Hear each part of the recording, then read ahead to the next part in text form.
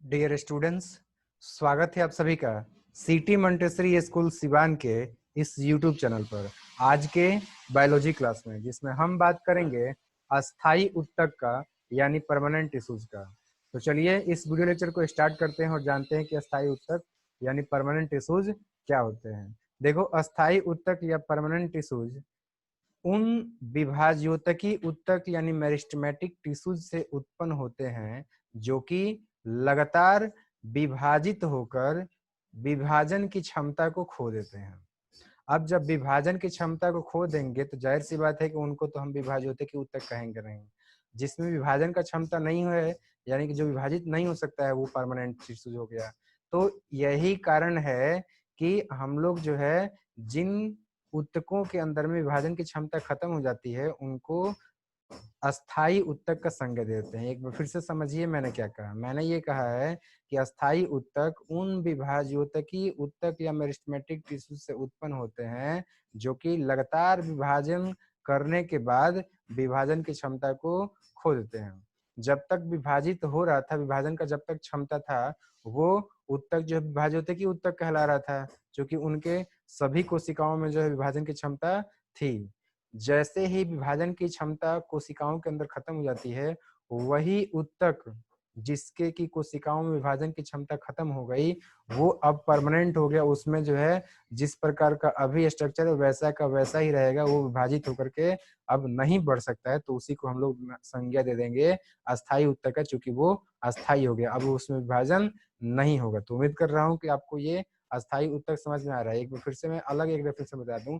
हम ऐसा भी कर सकते हैं कि जब विभाज्योतकी उत्तक के कोशिकाओं के अंदर विभाजन की क्षमता खत्म हो जाती है तब उन्हीं कोशिकाओं वाले उत्तक को हम अस्थाई उत्तक या परमानेंट टिश्यूज कहते हैं। तो ये एक डेफिनेशन हो जाएगा। दूसरा देखो, इसके अलावा इनके बारे में कुछ और भी चीजें हैं, जैसे कि इनका आकार, आकृति व मोटाई निश्चित होती है। दूसरा ये कि ये जीवित या मृत दोनों हो सकते हैं। तीसरा ये कि अस्थाई उत्तक की कोशिकाओं के कोशिका द्रव्य में रिक्तिकाएं होती हैं। तो ये फैक्ट्स आप लोगों को ध्यान देना है। अगला देखते हैं, एक सरल कोशिका एक विशिष्ट कार्य करने के लिए अस्थाई रूप और आकृति यानी कि आकार, अस्थाई रूप कहने मतलब रूप मतलब आकृति आ जाएगा और आकार ये यहाँ पे दिया ही है, तो साइज एंड शेप दोनों ही चीजें हैं, प्राप्त करती है। इसी को हम लोग विभेदीकरण कहते हैं। एक बार फिर से मैं विभेदीकरण का डेफिनेशन बताता हूँ। मैंने ये आप लोगों को बताया है कि एक सरल कोशिका एक विशिष्ट कार्य करने के लिए अपना अस्थाई रूप और आकृति प्रदान प्राप्त कर लेती है। इसी को हम लोग विभेदीकरण कहते हैं। अगला पॉइंट है आकृति और संरचना, ये दो चीजें हैं। आकृति का मतलब शेप, ठीक है।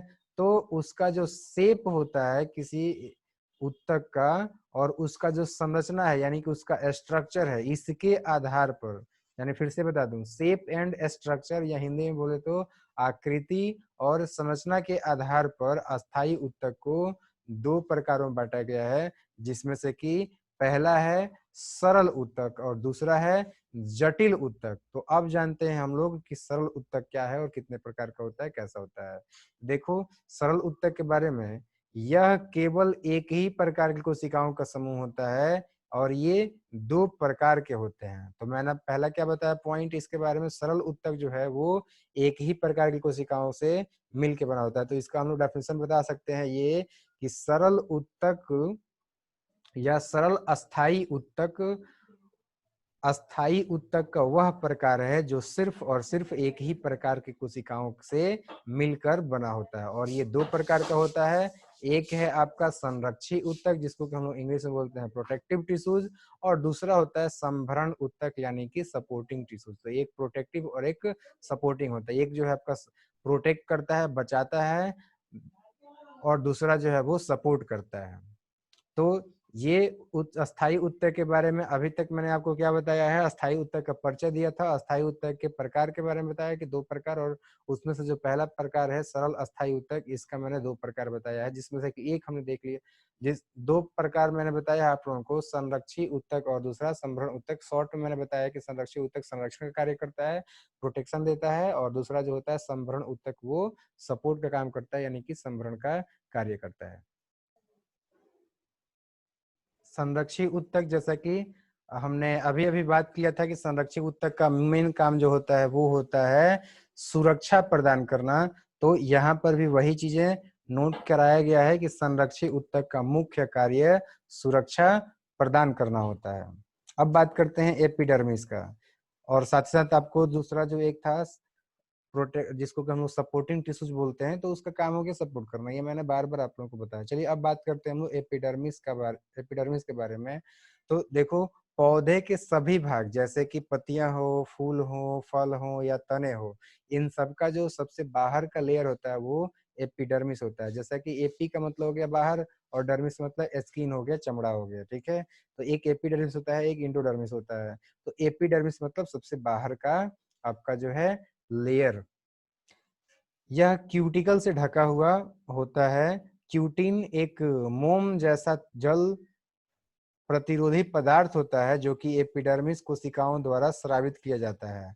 अधिकतर पौधों में एपिडर्मिस के साथ साथ सूक्ष्म छिद्र रंध्र, यानी कि इसको हम लोग इंग्लिश में बोलते हैं एस्टोमेटा, तो एस्टोमेटा पाए जाते हैं। एस्टोमेटा में दो गार्ड कोशिकाएं पाई जाती हैं जो कि बाहर से अंदर और अंदर से बाहर पदार्थों के आवागमन यानी कि गैसों के आवागमन को जो है कंट्रोल करती है। आप चलिए एक बार मैं समझा दूं। मैंने आप लोगों को क्या कहा था? मैंने आप लोगों को कहा है कि पौधों के जितने भी भाग होते हैं, जैसे कि पत्ता हो, चाहे फल हो, जड़ हो, तना हो, इन सब का जो सबसे बाहर का परत होता है, लेयर होता है, उसी को हम लोग एपिडर्मिस कहते हैं। और ये जो है क्यूटिकल से ढका हुआ होता है। क्यूटीन क्या है? तो क्यूटीन जो है एक जल प्रतिरोधी पदार्थ होता है, यानी कि जो है ये वाटर प्रूफ होता है। वाटर प्रूफ करने का मतलब ये पानी को जो है अंदर घुसने से रोकता है या अंदर से बाहर निकलने से रोकता है। तो ये क्यूटीन जो है एक मोम जैसा पदार्थ होता है जो कि पानी को जो है पानी के लिए प्रतिरोधी पदार्थ होता है। और ये कहाँ से निकलता है? तो ये जो है एपिडर्मिस जो कोशिकाएं होती हैं उन सब के द्वारा स्रावित किया जाता है। अधिकतर पौधों में बात की जाएगा तो एपिडर्मिस के साथ साथ में कुछ छोटे छोटे छिद्र होते हैं जिनको कि हम लोग रंध्र कहते हैं और इंग्लिश में एस्टोमेटा कहते हैं। और एस्टोमेटा जो होता है उसमें दो गार्ड कोशिकाएं होती हैं, ये ध्यान रखना है। और ये जो गार्ड कोशिकाएं हैं ये कंट्रोल करती हैं गैसों की मात्रा को, कितना अंदर जाए और कितना बाहर निकले, या फिर बात करूं तो ट्रांसपीरेशन को। अब बात करते हैं एपिडर्मिस का कार्य। तो एपिडर्मिस का कार्य है पहला कि पौधों को सुरक्षा प्रदान करना, दूसरा एपिडर्मिस की क्यूटिकल वाष्पोत्सर्जन को रोकती है जिससे कि पौधा झुलसने से बच जाता है। तो ये दूसरा कार्य हो गया, यानी कि वाष्पोत्सर्जन को रोकना ताकि पौधा जो है वो सूख ना जाए। तो एपिडर्मिस ये भी कार्य करती है। तीसरा है एस्टोमेटा के द्वारा गैसों का आदान प्रदान में सहायता, साथ ही साथ वाष्पोत्सर्जन, जिसको कि मैंने ट्रांसपीरेशन शब्द दिया है। ट्रांसपीरेशन शब्द मैंने उच्चारण किया तो वो ट्रांसपीरेशन वाष्पोत्सर्जन का जो है इंग्लिश नेम है। तो वाष्पोत्सर्जन में भी ये सहायता करता है एपिडर्मिस ऊतक, ठीक है। तो उम्मीद कर रहा हूँ कि एपिडर्मिस का कार्य आपको समझ में आ गया। पहला क्या? सुरक्षा प्रदान करना, दूसरा क्या? वाष्पोत्सर्जन को रोकना, तीसरा क्या? तो गैसों का आदान प्रदान, साथ ही साथ क्या? तो वाष्पोत्सर्जन में सहायता करना। तो ये सब कुछ कार्य जो है वो है एपिडर्मिस कोशिकाओं के, एपिडर्मल कोशिकाओं के, या कह सकते हैं एपिडर्मिस ऊतक का। अब बात करते हैं हम लोग कॉर्क के बारे में, ठीक है, कि कॉर्क आखिर होता क्या है, कैसा और कहाँ पे होता है, क्या कार्य करता है। तो देखो, कॉर्क जो है वो पौधों की लगातार वृद्धि के कारण जड़ तने की परिधि में उपस्थित ऊतक से बनता है। यानी कि जब पौधे लगातार वृद्धि करते हैं तो वृद्धि करने के कारण क्या होता है कि इनका जो जड़ है, तना होता है, उनके परिधि में जो ऊतक होते हैं वो कॉर्क में बदल जाते हैं, और इस प्रकार से आपका जो है कॉर्क बदल बनता है। इन कोशिकाओं की भित्ति सुबेरिन के जमाव के कारण मोटी हो जाती है। कॉर्क कोशिकाएं जल व गैस दोनों के प्रवाह को रोक देती है। तो जैसा कि मैंने अभी आप लोगों को बताया, क्या यही बताया है कि पौधे जब लगातार वृद्धि करते हैं तो उनका जो जड़ और तना होता है, उनकी परिधि में उपस्थित जो भी ऊतक होते हैं, क्या होते हैं कि वो कॉर्क में बदल जाते हैं, और इस प्रकार से कॉर्क बनता है। ये जो कॉर्क कोशिकाएं होती है, उनकी जो कोशिका भित्ति होती है उसमें सुबेरिन नाम का एक पदार्थ जम जाता है, जिसके कारण कि वो मोटी हो जाती है, और कॉर्क कोशिकाएं जो होती हैं वो जल और गैस इन दोनों के प्रवाह को जो है रोकती है। अब बात, हालांकि आपने कॉर्क कोशिका का एक दो कार्य यहाँ पे देख लिया है, बट फिर भी अब बात करते हैं हम लोग इसके कार्य का। तो देखो, कॉर्क झटकों व चोट से पौधों को बचाता है, तो पहला चीज ये। दूसरा कि यह बहुत हल्का होता है, साथ ही साथ जल रोधक होता है, संपीड्य होता है। तो कॉर्क का उपयोग कुचालक और झटके सहने वाले पदार्थ के रूप में भी किया जाता है। तो इसके अनेकों उपयोग आपने देखा। अब हम लोग बात करेंगे एस्टोमेटा और कॉर्क के बीच में कंपैरेटिव स्टडी के बारे में, यानी कि हम इन दोनों का जो है कंपैरेटिव स्टडी करेंगे। चलिए तो स्टार्ट करते हैं हम लोग एस्टोमेटा और कॉर्क के बीच में कंपैरेटिव स्टडी। तो देखो, एस्टोमेटा के बारे में हमें ध्यान देना है कि ये जो है पत्तियों की एपिडर्मिस में बहुत से सूक्ष्मदर्शीय छिद्र होते हैं, जो कि वृक्क के आकार की गार्ड कोशिकाओं, यहाँ पे आकार ना लिखकर आकृति होना चाहिए, जो कि वृक्क की आकृति की गार्ड कोशिकाओं से घिरी होती है, एस्ट्रोमेटा कहते हैं। तो ये एस्ट्रोमेटा का रहा डेफिनेशन। एक बार फिर से मैं बता दूं क्या मैंने बताया। मैंने यही बताया कि पत्तियों की जो एपिडर्मिस होती है उसमें बहुत सारे सूक्ष्मदर्शी, बहुत ही ज्यादा छोटे छोटे छिद्र होते हैं, जो कि वृक्क यानी किडनी जो होता है उसके आकार की गार्ड, मतलब उसके आकार करने का मतलब कि उसके आकृति की, या फिर कह सकते हैं हम लोग, ब्रिक नहीं याद आए तो आप लोग सेम याद रखना, मटर याद रखना, ठीक है। तो मटर यहाँ पे चलो मैं लिख देता हूँ मटर, ठीक है, या फिर इधर सेम लिख सकते हो आप लोग, जो भी आप समझते हो, ठीक है। तो ये जो मटर होता है, इसका जो दाना होता है, इसका जो एक फली होता है, उसके आकृति की गार्ड कोशिकाओं से घिरी हुई होती है। तो उसी छिद्र को हम लोग बोलते हैं एस्टोमेटा। चलिए, हालांकि यहाँ पे आप डायग्राम नीचे में देख सकते हैं, नीचे में आप लोगों को जो है डायग्राम भी दिखाया गया है, यहाँ पर देख सकते हैं आप लोग। देखो, यहाँ पे आप लोगों को दिखाया गया है, ये जो है छिद्र है जो कि उजला कलर का दिख रहा है, और इसके दोनों ही तरफ में मटर के जो दाने होते हैं उसके जैसे यहाँ पर जो है दो ठो गार्ड सेल हैं, एक तरफ से एक और दूसरी तरफ से दूसरा। तो इस प्रकार से जो है एस्टोमेटा होता है, जो कि गार्ड सेलों के द्वारा घिरा होता है। अब दूसरा बात करते हैं वही हम लोग कॉर्क के बारे में। तो देखो, जब जड़ें व तने ये दोनों ही वृद्ध हो जाते हैं तो द्वितीयक मेरिस्टम एपिडर्मिस को बाहर की ओर धकेल देती है। ये पौधे के तने के बाहरी भाग में कई स्तरों में कॉर्क या पौधों की छाल के रूप में इकट्ठे हो जाते हैं, और इसी को हम लोग बोलते हैं कॉर्क। एक बार फिर से मैं रिपीट कर दूं, मैंने यहाँ पे क्या कहा है, मैंने ये कहा है कि जब जड़ हो या फिर तना हो, ये दोनों ही जब पुराने हो जाते हैं तो होता क्या है कि जो द्वितीय मेरिस्टम मेरिस्टम होता है, यानी कि जो द्वितीय विभाजोतकी ऊतक होता है, वो एपिडर्मिस को बाहर की ओर धकेल देता है, और ये पौधे के तने के बाहरी भाग में कई स्तरों में कॉर्क या फिर पौधे की छाल के रूप में इकट्ठा हो जाता है। तो यही हुआ आपका कॉर्क या फिर पौधे का छाल। अब आगे देखते हैं स्टोमेटा के कार्य के बारे में। तो देखो, कार्बन डाइऑक्साइड ऑक्सीजन का आदान प्रदान और साथ ही साथ जल का वाष्प, यानी कि जल का वाष्प रूप में ह्रास, ये स्टोमेटा का काम है कि जल वाष्प को जो है जल्दी जल्दी बाहर निकाले, कार्बन डाइऑक्साइड को दिन के समय ले और ऑक्सीजन को छोड़े, रात के समय जो है ऑक्सीजन को ले, कार्बन डाइऑक्साइड को छोड़े। तो ये स्टोमेटा का कार्य हो गया। अब बात करते हैं हम लोग कॉर्क का। तो इनके बीच में किसी भी प्रकार का अंतरावकाश नहीं होता है, ये कोशिकाओं में सुबेरिन के जमने से होता है।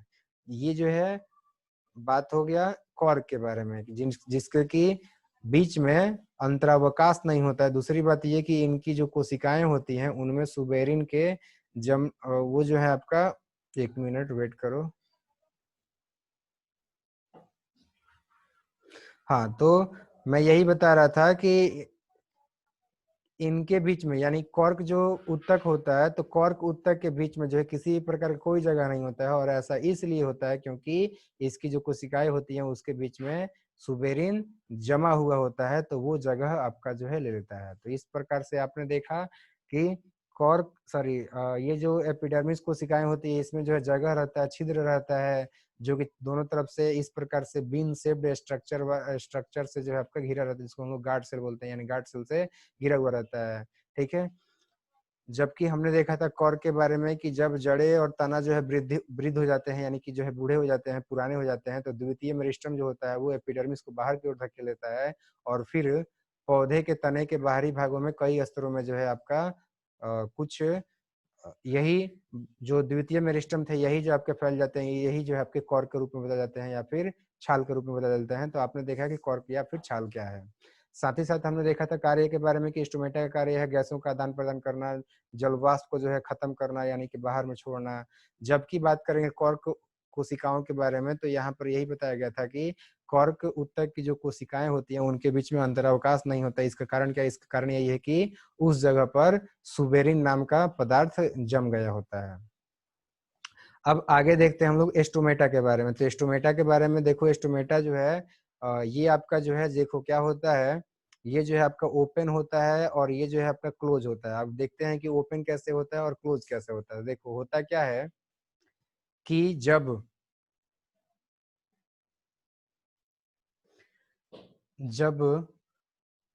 एस्टोमेटा के अंदर में पानी जो है वो इंटर करता है और ये जो है आपका स्वेलो कर जाता है, यानी कि ये जब ये फूल जाता है तो फिर ये उस समय खुल जाता है एस्टोमेटा। और जब इसमें से पानी जो है ट्रांसपिरेशन यानी वाष्पोत्सर्जन के द्वारा जो है बाहर निकल जाता है तो फिर ये जो एस्टोमेटा होता है ये सिकुड़ता है, यानी गार्ड सेल सिकुड़ते हैं और इस प्रकार से एस्टोमेटा जो होता है वो बंद हो जाता है। तो इस प्रकार से आपने देखा कि स्टोमेटा कैसे ओपन होता है और कैसे जो है आपका ये क्लोज होता है। चलिए इसके बारे में कुछ और स्ट्रक्चर्स के बारे में बता दूं आपको। देखो ये जो है आपका एक गार्ड सेल हो गया जिसका कि यहाँ पर न्यूक्लियस दिखाया गया ऊपर की तरफ में, और यहाँ पर जो है बहुत सारे क्लोरोप्लास्ट डॉट डॉट यहाँ पे जो है हरे हरे दिखाए गए हैं। तो ये सभी जो है आपके क्लोरोप्लास्ट है, चूंकि ये प्लांट है तो इसमें जो आपका क्लोरोप्लास्ट का आवश्यकता तो है ही। और बीच में जो है एक बड़ा सा वैक्यूल है जिसमें कि वाटर भर सकता है। एंड नेक्स्ट इसी को हम लोग गार्ड सेल बोलते हैं, यानी कि एक ये गार्ड सेल है और एक जो है आपका ये गार्ड सेल है। एक ये गार्ड सेल हो गया और एक ये गार्ड सेल हो गया। तो ये गार्ड सेल जो है और उसके बाद ऊपर में जो आपको ग्रीन ग्रीन दिख रहा है ये एक्चुअली जो है इसका सेल वॉल है जिसके ऊपर की सेल मेम्ब्रेन भी होगा। तो आपने देखा है स्ट्रक्चर और कैसे जो है ये काम करता है गार्ड सेल, साथ ही साथ रंध्र यानी कि स्टोमेटा, ये आपने समझा। अब बात करते हैं विभाज्योतिकी ऊतक के, सॉरी विभाज्योतिकी ऊतक नहीं बल्कि अब हम बात करेंगे सहायक ऊतक का यानी कि सपोर्टिंग टिश्यूज का। ठीक है, तो सहायक ऊतक या फिर सपोर्टिंग टिश्यूज जो होते हैं वो तीन प्रकार के होते हैं। पहला है पैरेनकाइमा या पैरेनकाइमा टिश्यूज, दूसरा है कॉलनकाइमा या कॉलनकाइमा टिश्यूज, तीसरा है स्क्लेरेनकाइमा या स्क्लेरेनकाइमा टिश्यूज। अब इन तीनों के बारे में हम लोग एक एक करके स्टडी करेंगे, यानी कि 1 बाय 1 स्टडी करते हैं। तो जो पहला है वो है पैरेनकाइमा टिश्यूज। पैरेनकाइमा टिश्यूज के बारे में कुछ खास बातें आप लोग ध्यान रखना। पहला ये कि ये समान व्यास वाली जीवित कोशिकाएं होती है पैरेनकाइमा। दूसरा ये कि ये गोल हो सकती हैं, ये अंडाकार हो सकती हैं, ये बहुभुजी हो सकती हैं, ये लंबी हो सकती हैं। जैसा कि आप लोगों ने देखा हुआ है स्पॉन्जी पैरेनकाइमा जो कि गोल होता है, आपने देखा हुआ है पैलिसेड पैरेनकाइमा जो कि अंडाकार होता है। तो इस प्रकार से पैरेनकाइमा जो है गोल, अंडाकार, बहुभुजीय या फिर लंबी हो सकती है। अगला है कोशिका भित्ति के बारे में कि कोशिका भित्ति जो है वो पतली होती है और कोशिका द्रव्य काफी सघन होता है। नेक्स्ट है कोशिका के मध्य में केंद्रीय रिक्तिका होती है। तो यहाँ पे ध्यान रखना है कि पैरेनकाइमा जो होता है वो समान व्यास वाली जीवित कोशिकाएं होती है, गोल, अंडाकार, बहुभुजीय या फिर लंबी हो सकती है। कोशिका भित्ति पतला होता है जबकि कोशिका द्रव्य सघन होता है। एंड नेक्स्ट चीज क्या है कि कोशिका के बीचों बीच में जो है इसका केंद्रीय रिक्तिका होता है और न्यूक्लियस जो होगा वो साइड में होगा। बात करते हैं स्थिति की ये होता कहाँ है, तो ये जो है आपका पौधे के सभी भागों में उपस्थित होता है, चाहे वो जड़ हो, चाहे तना हो, चाहे पत्ता हो, चाहे वो फूल ही क्यों ना हो। अब बात करते हैं पैरेनकाइमा के कार्य क्या है। तो पैरेनकाइमा के कार्य के बारे में हमें ध्यान देना है कि पैरेनकाइमा जो है इसका पहला कार्य हो जाएगा भोजन को संचित करके इकट्ठा करना, इकट्ठा रखना। तो भोजन का संचयन इसका पहला कार्य हो गया। दूसरा है यांत्रिक मजबूती सहायता प्रदान करना, यानी कि मैकेनिकल सपोर्ट प्रदान करना। और तीसरा है कि भोजन को एकत्रित करना, इकट्ठा करना। चौथा कार्य हो जाएगा पैरेनकाइमा का पौधों के अपशिष्ट पदार्थ जैसे कि गोंद, रेजिन, क्रिस्टल, टेनिन इत्यादि को इकट्ठा करना। तो इन सभी को इकट्ठा करने का भी काम ये पेरेन्काइमा ही करते हैं। मेनली बात करें तो पेरेन्काइमा का काम जो है वो दो भागों में बांट सकते हो। एक अलग अलग प्रकार के पदार्थों का संचयन यानी कि एकत्रित करना, इकट्ठा करना, और दूसरा ये कि यांत्रिक सपोर्ट करना। ठीक है, और बाकी इस तरीके से भी आप बता सकते हो, या फिर ये भी बोल सकते हो कि भोजन को संचित करके इकट्ठा करना, भोजन को एकत्रित करना, पौधे के अपशिष्ट पदार्थ यानी कि बेकार जो पदार्थ है जैसे कि गोंद हो गया, रेजिन है, टेनिन है, क्रिस्टल है, इन सबको इकट्ठा करना, और दूसरा कार्य फिर यांत्रिक मजबूती करना। तो इस तरीके से भी आप बता सकते हैं। अब हम बात करते हैं पेरेन्काइमा जो होते हैं यानी कि पेरेन्काइमा कोशिकाओं के रूपांतरण के बारे में, कि किस प्रकार से पेरेन्काइमा के अंदर में पेरेन्काइमा कोशिका के अंदर में रुकावट होता है, सॉरी रूपांतरण होता है, रुकावट नहीं। चलिए, तो देखो, जब पेरेन्काइमा कोशिकाओं में क्लोरोप्लास्ट पाया जाता है तो वे हरे रंग के क्लोरेन्काइमा कहलाती हैं। तब ये प्रकाश संश्लेषण करके भोजन बनाती हैं। ये कोशिकाएं पत्तियों व नवजात तनों के बाह्य आवरण में पाई जाती है। तो देखो यहाँ पे जो है आपको एक स्पेशल टाइप बताया हुआ है। एक बार फिर से रिपीट करता हूँ, मैंने क्या कहा है कि जब पेरेन्काइमा कोशिका के अंदर में क्लोरोप्लास्ट रहता है तो फिर इसका रंग जो है वो हरा होता है, और इसको हम लोग क्लोरेन्काइमा कहते हैं। जहां भी बायोलॉजी में क्लोरीन आएगा ना तो वहां पे समझ लेना कि वहां पे हरा से मतलब है। तो इस प्रकार से आपने देखा कि पेरेन्काइमा कोशिका जो है वो क्लोरेन्काइमा के रूप में बदल सकता है। और ये जो है आपका कहाँ होता है, तो ये जो पत्तियां होती हैं, नवजात जो तने होते हैं, उन सब के बाहरी आवरण में पाए जाते हैं क्लोरेन्काइमा, जो कि देखने में आपको हरे कलर के दिखाई देते हैं। बाद में जो है वो दूसरे रंग में बदल करके वो जो है पेरेन्काइमा के यानी कि जो है सरल अस्थायी उत्तक के जो है दूसरे प्रकार में विभक्त हो जाते हैं। सपोर्टिंग टिश्यूज के अंदर में आपका जो रूपांतरित हो जाते हैं, विभक्त नहीं, सॉरी। एंड नेक्स्ट अब देखो यहाँ पे जो है तीनों का डायग्राम दिया हुआ है पेरेन्काइमा, कोलेन्काइमा और एरेन्काइमा के बारे में। तो अब बात करते हैं कि पेरेन्काइमा क्या होता है। पेरेन्काइमा जैसा कि अभी अभी आप लोगों को बताया गया था इसके बारे में कि ये जो है आपका समान व्यास वाली आपका जो है उत्तक होते हैं यानी कोशिकाएं होती हैं। साथ ही साथ ये भी आप लोगों को बताया गया था कि ये जो है गोलाकार या फिर बहुभुजाकार या फिर जो है ये क्या बोलते हैं, ये जो है हो सकती हैं अंडाकार, गोलाकार भी हो सकती है। ठीक है, तो ये पेरेन्काइमा थे।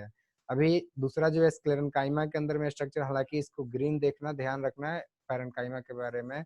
अब देखते हैं क्लोरेन्काइमा। तो क्लोरेन्काइमा जो होते हैं जैसा कि पेलिसेड या फिर स्पॉन्जी जो पेरेन्काइमा होते हैं, ये आपके जो है कोलेन्काइमा है, क्लोरेन्काइमा है, सॉरी।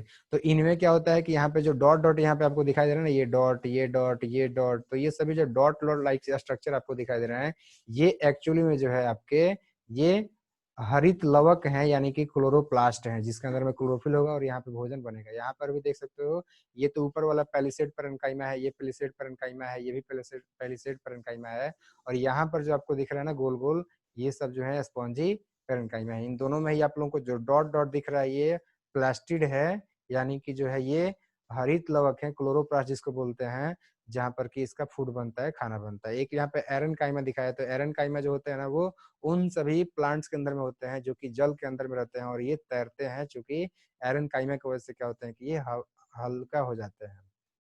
तो ये स्पेशल टाइप के जो है पेरेन्काइमा है। सो एरेन्काइमा के अंदर में एक चीज ध्यान रखना कि इसके अंदर में ना बहुत सारे जो है गुहिका होती है, यानी छोटे छोटे जो है आपके इस प्रकार से यहाँ पर आप लोग देख रहे हो ना, ये आपके जो है गुहिकाएं होती है, जिसकी वजह से कि इसका जो है वेट काफी हल्का हो जाता है।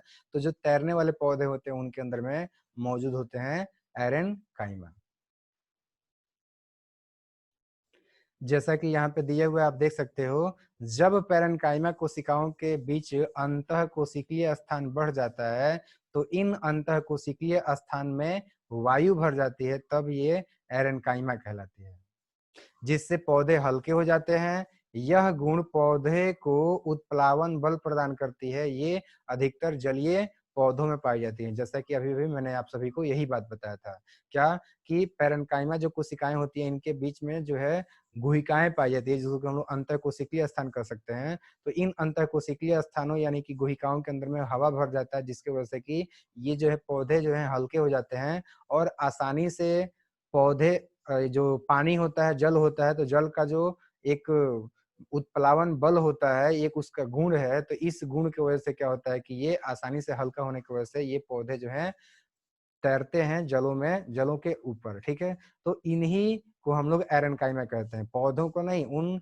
जगहों को बोलते हैं हम लोग एरेनकाइमा जहां पर की हवा भर गया है। यानी कि जो अंतःकोशिकीय स्थान है जिनके बीच में ये हवा भर गया है, तो आसपास के जो भी कोशिकाएं हैं वो सभी कोशिकाएं जो है आपके वो पेरेन्काइमा कोशिकाएं जो है आपके ये कहलाएंगी एरेनकाइमा। उम्मीद कर रहा हूँ कि बातें आपको समझ में आ गया है कि एरेनकाइमा क्या है। एरेनकाइमा पौधा नहीं बल्कि पौधे की वो कोशिकाएं होती हैं जिनके बीच में के अंतःकोशिकीय स्थान में हवा के भर जाने की वजह से पौधे हल्के हो जाते हैं और उत्प्लावन बल के कारण आसानी से जल के ऊपर यानी कि पानी के ऊपर तैरने लगते हैं। अब बात करेंगे हम लोग कॉलेनकाइमा के बारे में, जो कि सपोर्टिंग टिश्यूज का दूसरा प्रकार है। पहला प्रकार हमने देखा था पैरेन्काइमा के बारे में, अब बात करेंगे हम लोग कॉलेनकाइमा के बारे में। तो कॉलेनकाइमा के बारे में आप लोग देख सकते हो यहाँ पे स्ट्रक्चर दिया हुआ है। पहले हम लोग कॉलेनकाइमा के बारे में पढ़ते हैं और उसके बाद से हम लोग इसके बारे में डायग्राम के माध्यम से समझेंगे, ठीक है। तो एक सेकेंड, चलो। पहला पॉइंट ये है कि पैरेन्काइमा के समान जीवित कोशिकाएं होती हैं ये कॉलेनकाइमा, कुछ में तो क्लोरोफिल भी होती हैं, जैसे कि अभी हमने देखा था क्लोरेनकाइमा के बारे में। इनकी जो कोशिका भित्ति होती है वो पतली होती है। साथ ही साथ ध्यान रखना ये है कि लंबी स्थूल और स्थूलता सेलुलोज और पेक्टिन के कोनों में जो है इनका जमा होता है। यानी कि इनका जो कोना होता है, जैसे कि यहाँ पर आप देख सकते हो ये कॉर्नर हो गया, ये जो है कॉर्नर है, यहाँ पर आप कॉर्नर देख रहे हो, तो यहाँ पर जो है आपका पेक्टिन जमा हुआ रहता है और साथ साथ जो है स्थूलता के वजह से मतलब कि देखो यहाँ पर क्या होता है कि लंबा और स्थूल जो है आपका सेलुलोज का भी लेयर रहता है, जिससे कि इसको स्थूलता प्राप्त होता है यानी कि मोटाई प्राप्त होता है। अगला है अंतःकोशिकीय स्थान जो है अनुपस्थित होता है। जैसा कि यहाँ पे जब पेक्टिन भर गया तो यहाँ पर अंतःकोशिकीय स्थान बचेगा कहाँ से, तो यही कारण है कि यहाँ पर अंतःकोशिकीय स्थान नहीं होते हैं। सत सत बता रहा है कि बाह्य त्वचा जो है उसके नीचे, बाह्य त्वचा जो है वो नीचे की तरफ में उपस्थित होता है, अंदर की तरफ में उपस्थित होता है। तो ये चीजें आप लोगों को ध्यान रखना है। जैसे कि यहाँ पर डायग्राम दिखाया है कॉलेनकाइमा का, यहाँ भी दिखाया है और यहाँ पर भी जो है उसी को यहाँ पर दिखाया जा रहा है जूम करके। अब बात करेंगे हम लोग कॉलेनकाइमा के कार्य के बारे में।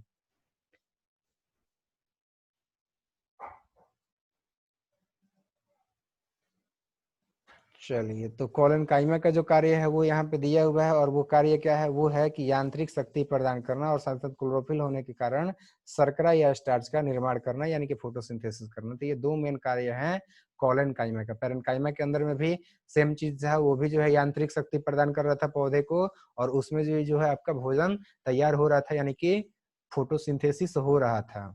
और कॉलेनकाइमा में यानी कि दोनों ही प्रकार के कोशिकाओं में होता है। अब हम लोग देखेंगे तीसरा प्रकार जिसको कि हम लोग कहते हैं एस्क्लेरेनकाइमा।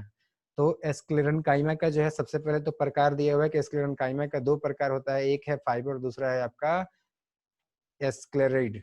तो एस्क्लेरिड्स और फाइबर ये दो प्रकार हो गए एस्क्लेरेनकाइमा के बारे में। खैर आगे हम लोग पॉइंट वाइज स्टडी करते हैं इनका। देखो कोशिकाएं जो होती हैं एस्क्लेरेनकाइमा की वो लंबी और संकरी होती है, साथ साथ मोटी होती है, जैसा कि यहाँ पर आप देख सकते हो।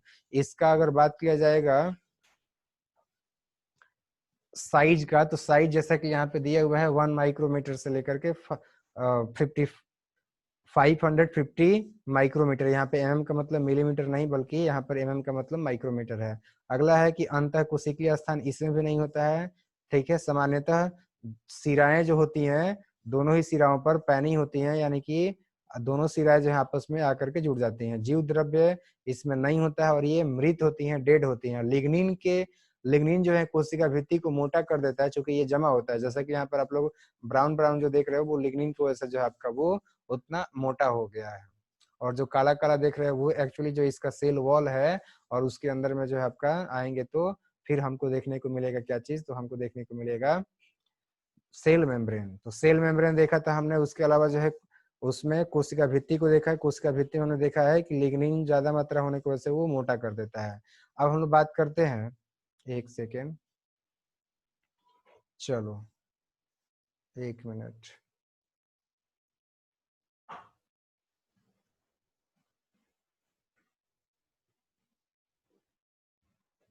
गुड। अब बात करते हैं हम लोग इसके स्थिति के बारे में। तो एस्क्लेरेनकाइमा कोशिकाएं कॉर्टेक्स, मोटाई फ्लोएम, कठोर बीज जैसे कि आम है, बीज है, नारियल है, सॉरी, बादाम है, इन सभी के अंदर में पाई जाती है। इसके साथ साथ स्क्लेरेन्काइमा कोशिकाएं लंबी, संकरी और लिग्निन युक्त होती हैं। पौधे की छालों में होती हैं, नारियल के रेशों में स्क्लेरेन्काइमा देखने को मिल जाएंगी। चूंकि ये कोशिकाएं जो होती हैं ये एक्चुअली जो है डेड होती हैं। अब चूंकि देखो, आप सब तो ये जानते हो कि नारियल का जो रेशा होता है वो डेड होता है, तो जाहिर सी बात है यहाँ पे पाया जाएगा। पेड़ों की जो छाले होती हैं ये डेड होती हैं, तो यहाँ पर पाया जाएगा। ठीक है, तो ये नॉर्मली हम लोग समझ सकते हैं कि ये कहाँ पाया जाएगा। फिर भी एक बार बता देता हूँ मैंने आप सभी को अभी अभी यही बताया था कि स्क्लेरेन्काइमा जो होती है वो कोशिकाएं कॉर्टेक्स की मोटाई में, कॉर्टेक्स में होती है, साथ साथ मोटाई फ्लोएम में होती है। कठोर कठोर जो बीज होते हैं जैसे कि आम का बीज है, नारियल का बीज है, लीची का बीज है, बादाम है, ठीक है, तो इन सभी के अंदर पाई जाती है। और साथ ही साथ इसके बारे में बताया जा रहा है कि ये जो स्क्लेरेन्काइमा कोशिकाएं होती हैं ये लंबी होती हैं, संकरी और लिग्निन युक्त होती हैं, जो कि पेड़ों की छाल और नारियल के रेशों के अंदर में भी देखने को मिलती है। तो उम्मीद कर रहा हूँ कि ये सारी बातें आप लोगों को समझ में आ गया है, 3 टाइप के सरल अस्थाई उत्तक के बारे में। और जो जटिल अस्थाई उत्तक है उसके बारे में हम लोग अगले क्लास के अंदर में पढ़ेंगे। सो इस वीडियो लेक्चर को अंत तक देखने के लिए आपका बहुत बहुत धन्यवाद। Thank you very much. आप लोग इन सब का नोट्स बनाते चलेंगे, एक एक पॉइंट यहाँ से आप लोग उतारते चलेंगे अपने कॉपी के अंदर में। खास करके डायग्राम तो आपको जो है याद होना ही होना चाहिए। बायोलॉजी के अंदर में डायग्राम जो है बहुत ज्यादा इंपॉर्टेंस रखता है। तो इसलिए मैं एक बार फिर से कहूंगा कि जो मैंने आज चैप्टर पढ़ाया है, टॉपिक पढ़ाया है, इस चैप्टर के टॉपिक का आप नोट्स बनाते चलें, साथ ही साथ इसका क्वेश्चन आंसर भी आप बनाते चलेंगे। अपने किताब के अंदर में देखेंगे आपको एक्सरसाइज में क्वेश्चन आंसर मिल जाएगा, उन क्वेश्चन आंसर को भी करते चलेंगे। सो इस वीडियो लेक्चर को अंत तक देखने के लिए आपका बहुत बहुत धन्यवाद। Thank you very much.